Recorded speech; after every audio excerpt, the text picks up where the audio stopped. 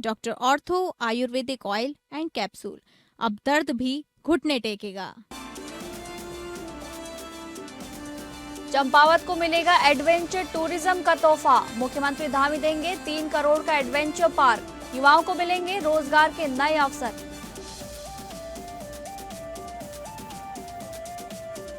बद्रीनाथ दान घोटाला मामले में प्रमोद नौटियाल की गिरफ्तारी के बाद बीकेटीसी अध्यक्ष का सख्त संदेश। कहा, कोई भी दोषी बख्शा नहीं जाएगा। जांच पूरी पारदर्शिता के साथ आगे बढ़ रही है। सीएम धामी ने सोमनाथ स्वाभिमान पर्व विशेष रेल यात्रा को दिखाई हरी झंडी। 700 श्रद्धालु हुए 6 दिवसीय वेरावल सोमनाथ तीर्थ यात्रा में शामिल। धार्मिक कॉरिडोर पर सरकार का है जोर। रानीखेत में उत्तराखंड के पहले 48 घंटे ट्रेल्स पल्स अल्ट्रा रन का सफल समापन। देश भर के धावकों ने दिखाई अद्भुत सहन शक्ति। केआरसी कमांडेंट ने विजेताओं को किया सम्मानित।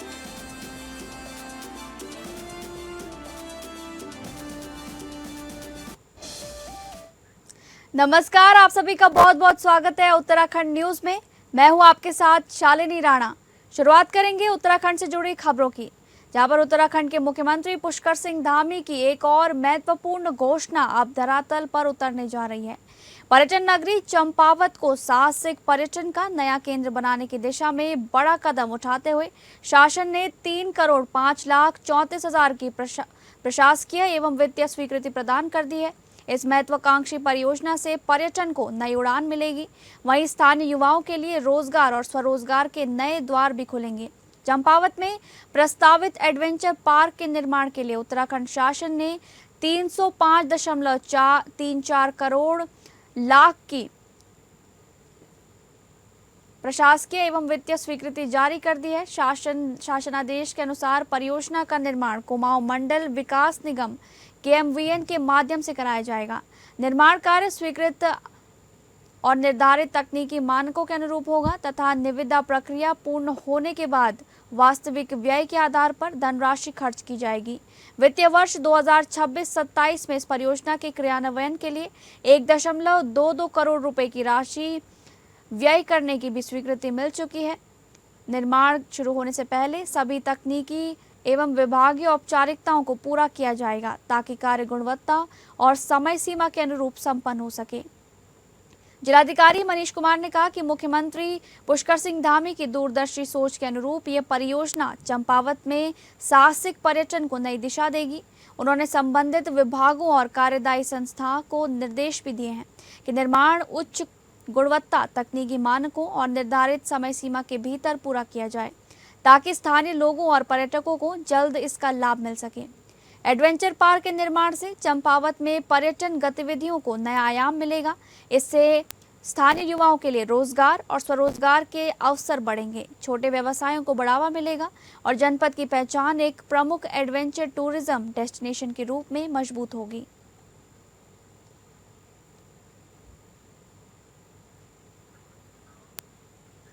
अगली खबर का रुख करेंगे, जहां पर बद्रीनाथ धाम में चढ़ावे में कथित अनियमितताओं के मामले में निलंबित कर्मचारी प्रमोद नौटियाल की गिरफ्तारी के बाद बद्रीनाथ केदारनाथ मंदिर समिति के अध्यक्ष हेमंत द्विवेदी ने सख्त रुख अपनाया है। उन्होंने कहा कि मामले में किसी भी दोषी को बख्शा नहीं जाएगा और जांच पूरी पारदर्शिता के साथ आगे बढ़ रही है। हेमंत द्विवेदी ने कहा कि श्रद्धालुओं की आस्था सर्वोपरि है।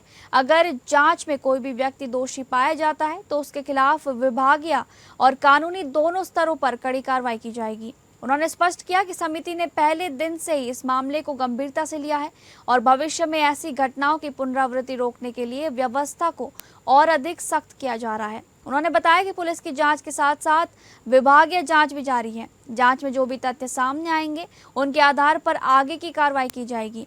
यदि किसी अन्य व्यक्ति की भूमिका सामने आती है तो उसे भी कानून के दायरे में लाया जाएगा। गौरतलब है कि बद्रीनाथ धाम में चढ़ावे की गिनती के दौरान कथित अनियमितताओं के आरोप सामने आने के बाद प्रमोद नौटियाल को पहले निलंबित किया गया था। इसके बाद दर्ज एफआईआर की जांच कर रही एसआईटी ने उन्हें गिरफ्तार कर लिया। मामले की जांच कई स्तरों पर जारी है और प्रशासन का कहना है कि पूरी प्रक्रिया निष्पक्ष एवं पारदर्शी तरीके से पूरी की जाएगी। देखिए, ये 3 तारीख की घटना थी जिस पर यह आरोप लगाया गया था कि जो गणना कक्ष के अंदर एक कर्मचारी के द्वारा कुछ अनियमितता की गई है, उस पर तत्काल संज्ञान लेते हुए हमने निर्देशित किया था मुख्य कार्य अधिकारी को कि तत्काल इस पर जो है कि सो कॉज नोटिस जारी किया जाए जो भी उस गणना कक्ष में थे, और एक जांच कमेटी, जो विभागीय जांच कमेटी जो है इसमें बनाई जाए, वो गठित कर दी थी हमने शाम तक। उसके तत्काल बाद जैसे ही जांच समिति की जो विभागीय जांच समिति के अधिकारी हैं वो 7 तारीख को वहाँ पर पहुँचे।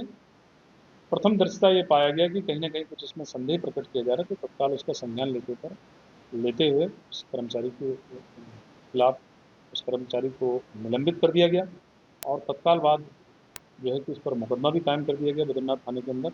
और सरकार ने भी इसको गंभीरता से लेते हुए सरकार ने भी इसका संज्ञान लिया, क्योंकि ये लाखों करोड़ों लोगों की आस्था का केंद्र है, उनका विश्वास और उनका जो आस्था है वो बनी रहे। सरकार ने भी इस पर उच्च स्तरीय कमेटी जो गढ़वाल कमिश्नर की अध्यक्षता में बनाई है, जिसमें 3 सदस्य उसमें वरिष्ठ अधिकारी हैं, उसमें 2 IAS अधिकारी हैं, उसमें फाइनेंस डायरेक्टर हैं, तो वो जांच सभी गतिमान है। अगली खबर उत्तराखंड के चंपावत के मुडियाना गांव की ललिता उप्रेती ने ग्रामोत्थान परियोजना की मदद से आत्मनिर्भरता की मिसाल कायम की है। हिमालयन स्वयं सहायता समूह की सदस्य ललिता पहले सीमित संसाधनों से छोटी किराना दुकान चलाती थी। पूंजी की कमी बड़ी बाधा थी।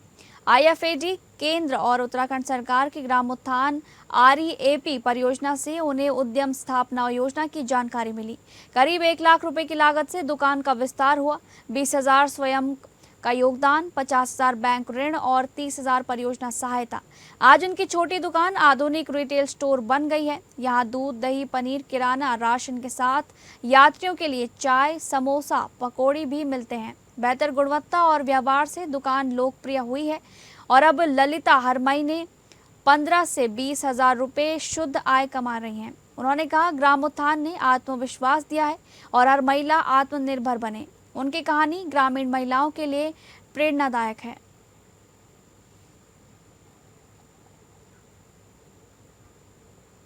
चंपावत के बेलखेत क्षेत्र के लोगों के लिए बड़ी राहत की खबर है।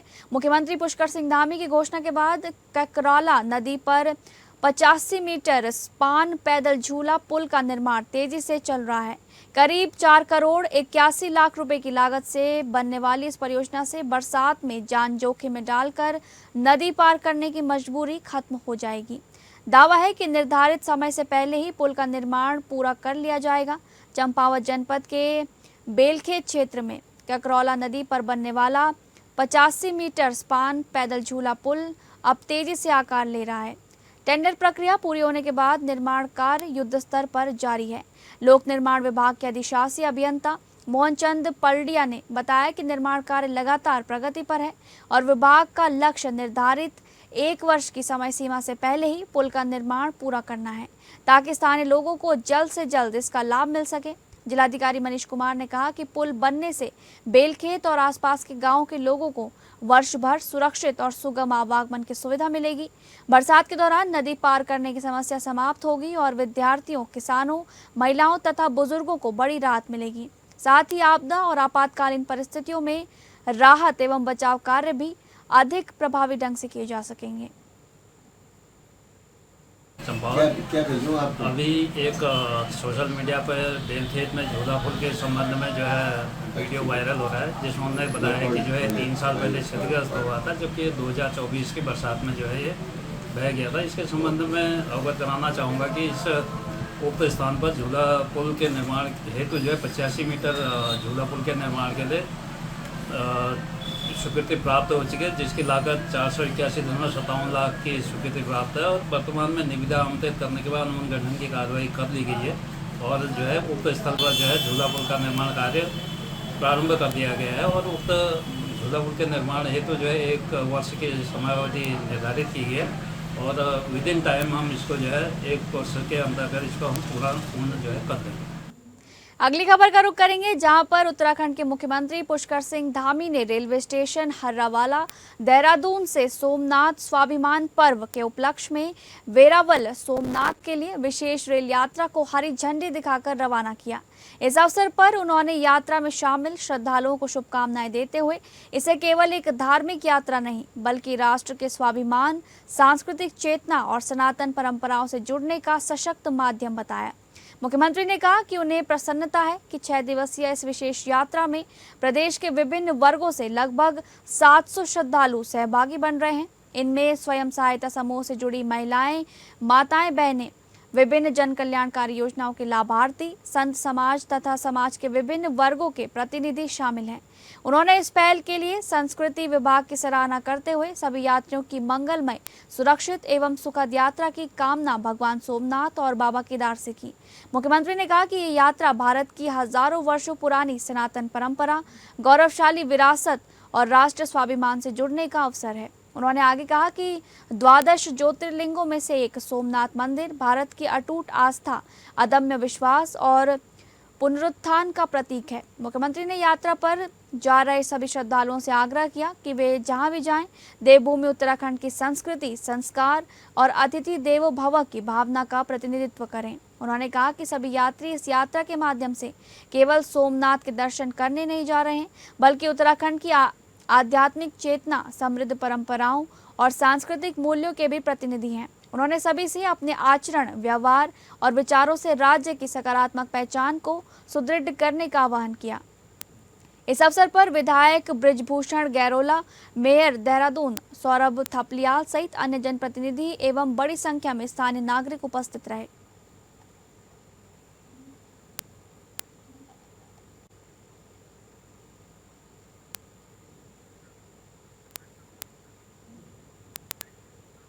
जिला अल्मोड़ा के विकासखंड द्वारहाट के रतखाल में बिना रजिस्ट्रेशन के चलाया जा रहा गौ सदन अब क्षेत्र के ग्राम प्रधानों ने उपजिलाधिकारी को ज्ञापन देकर कहा है कि शीघ्र चल रही गौशाला को बंद किया जाए। पशुपालन विभाग के अधिकारियों ने बताया कि सीमित जगह पर बहुत अधिक गाय रखी गई है, जहां पर कुछ संक्रमित भी हैं और ये गौशाला मानकों के विपरीत चलाई जा रही है। द्वारहाट विकासखंड के प्रसिद्ध स्थान महाअवतार बाबा की गुफा स्थल से कुछ ही दूरी पर मां दूनागिरी के नाम पर गौशाला बिना रजिस्ट्रेशन के चलाया जा रहा है, जिसमें लगभग 160 से अधिक गायों को रखा गया है, जहां पर न तो जानवरों के लिए पर्याप्त मात्रा में घास है और न चारा। वहीं जानवरों के लिए छत की भी व्यवस्था नहीं है, जहां खुले में जानवरों को बारिश धूप में बांधकर रखा गया है। जब सोशल मीडिया में यहां की वीडियो डाली गई तो सोमवार को पशुपालन विभाग, राजस्व विभाग मौके पर पहुंचा, जहां पर आवश्यकता से अधिक जानवरों को रखा पाया गया, जिसमें कुछ की हालत बहुत खराब देखी गई। वहीं कुछ जानवरों को टेंट के भीतर रखा गया है, जिसमें संख्या से अधिक गाय रखी गई है। वहीं क्षेत्र के 4 ग्राम प्रधानों ने उपजिलाधिकारी द्वारहाट को ज्ञापन देकर इस गौशाला को तुरंत बंद कराने का आग्रह किया। जो भी इस प्रकार सनातन संस्कृति में गौवंशीय पशुओं के साथ क्रूर अत्याचार गौ सदन द्वारा किया जा रहा है, इसके लिए गौ सदन के सभी पदाधिकारी जिम्मेदार हैं। इन सब के खिलाफ कार्रवाई करने की वकालत तमाम क्षेत्रीय ग्रामीण कर रहे हैं।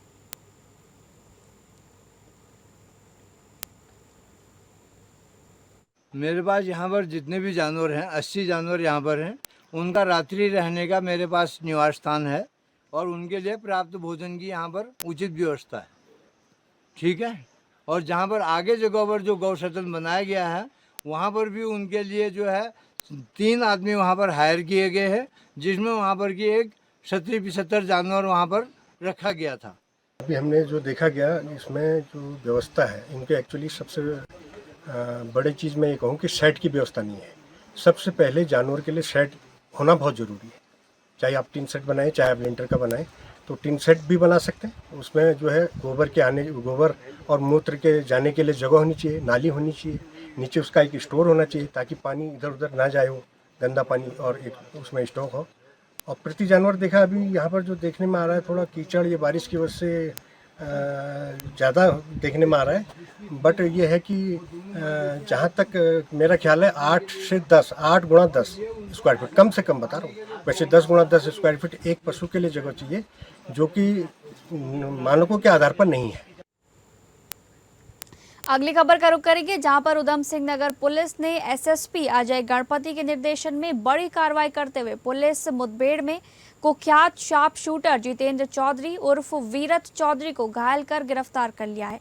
उसके साथ 2 अन्य शातिर अपराधियों को भी दबोच लिया गया, जबकि एक आरोपी अंधेरे का फायदा उठाकर फरार हो गया, जिसकी तलाश में कॉम्बिंग की जा रही है। पुलिस के अनुसार सूचना मिली थी कि आरोपी गैंग वॉर की नीयत से हथियारों के साथ बिना नंबर प्लेट की रेनॉल्ट क्विड कार से जा रहे हैं।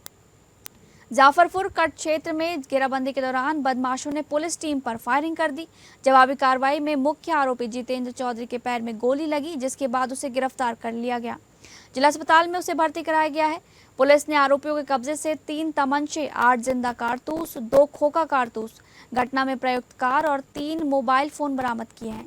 एसएसपी अजय गणपति ने कहा कि जनपद में अपराधियों और गैंगवॉर को किसी भी कीमत पर बर्दाश्त नहीं किया जाएगा तथा अपराधियों के विरुद्ध सख्त वैधानिक कार्रवाई जारी रहेगी।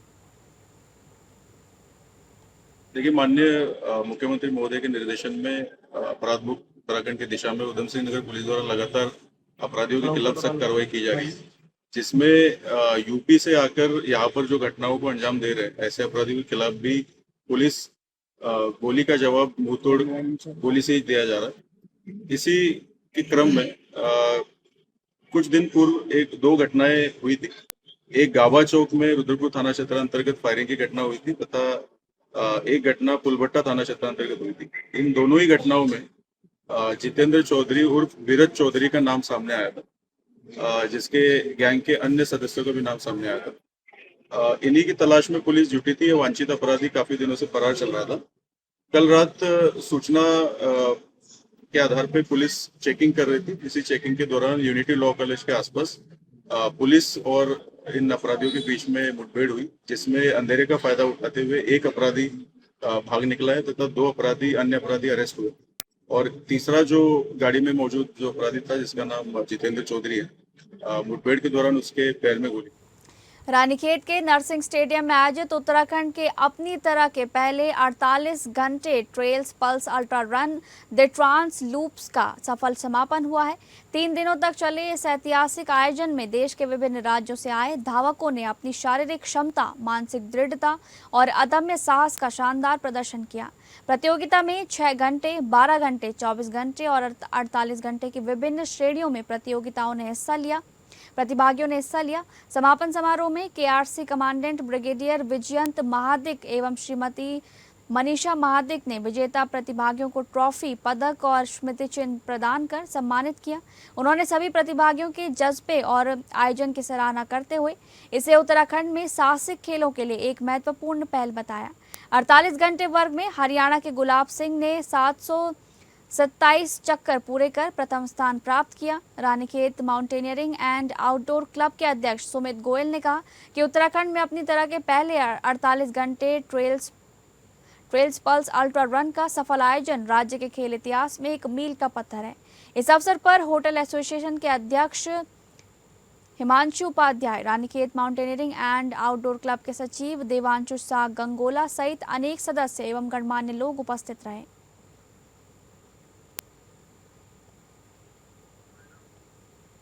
फिलहाल उत्तराखंड न्यूज में बस इतना ही। नमस्कार।